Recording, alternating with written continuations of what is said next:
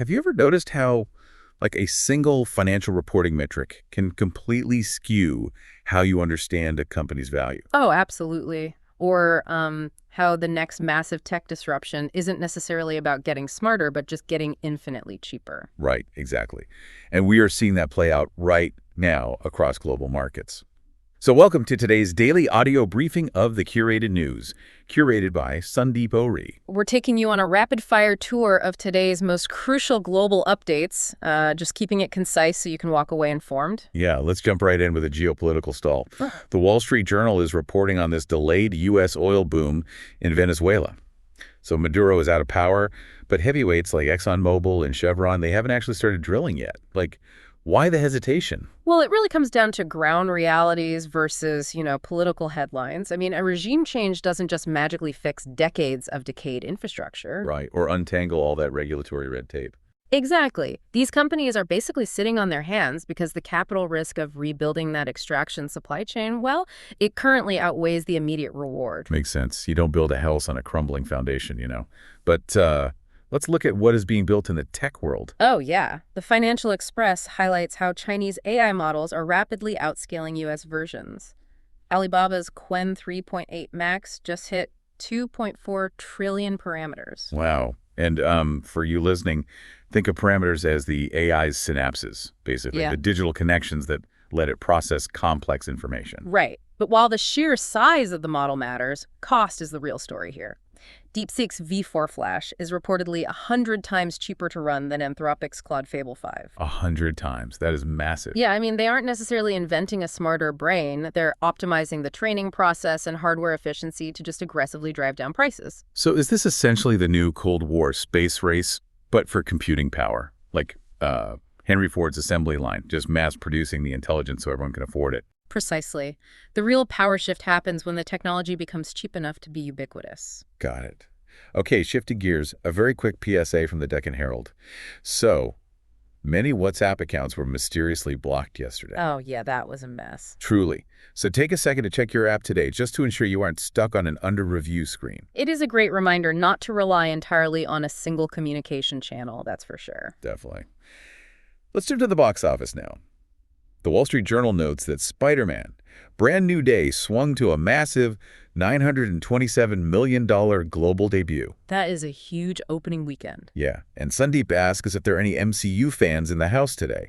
He adds that if you don't know what MCU stands for, please just move on to the next item. Well, I think the Marvel fans have definitely spoken with their wallets on that one. They sure have.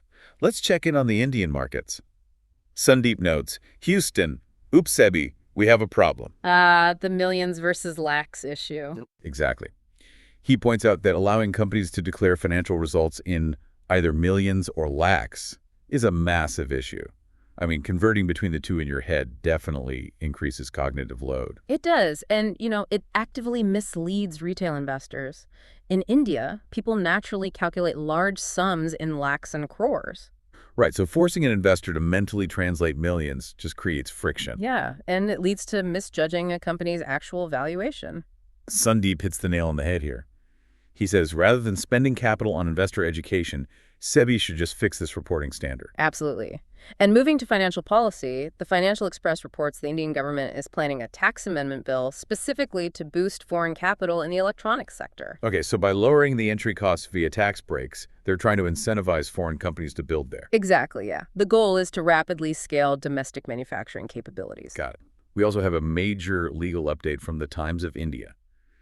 The Supreme Court of India just expanded the scope of BNS Section 85. Right, that's the one dealing with cruelty by a husband or his relatives. Yes, exactly. They expanded it to now legally include live-in relationships. That is a fascinating adaptation of the law. I mean, the court is acknowledging modern relationship dynamics. Yeah, essentially ruling that legal protection against domestic harassment shouldn't strictly require a traditional marriage certificate. Oh, it's a huge step.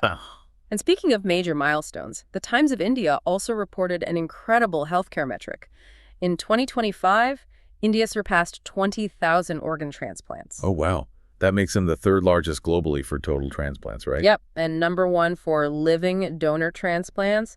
The medical coordination required to achieve that is just staggering. I can only imagine. However, the report notes that demand still massively outpaces supply, largely because deceased organ donations remain very low compared to living donors. Yeah, that makes a lot of sense. Now, here's one from the Wall Street Journal that really caught my eye.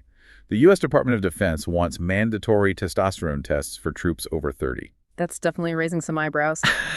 Yeah, I have to push back on this. Like, are they treating troops like professional athletes trying to optimize biological performance? Well, it's a tricky area. When a military organization transitions from monitoring baseline health readiness to actively tracking hormone levels for potential physical optimization. Right, it completely blurs the line regarding bodily autonomy and service. Exactly. It is definitely something to watch. For sure.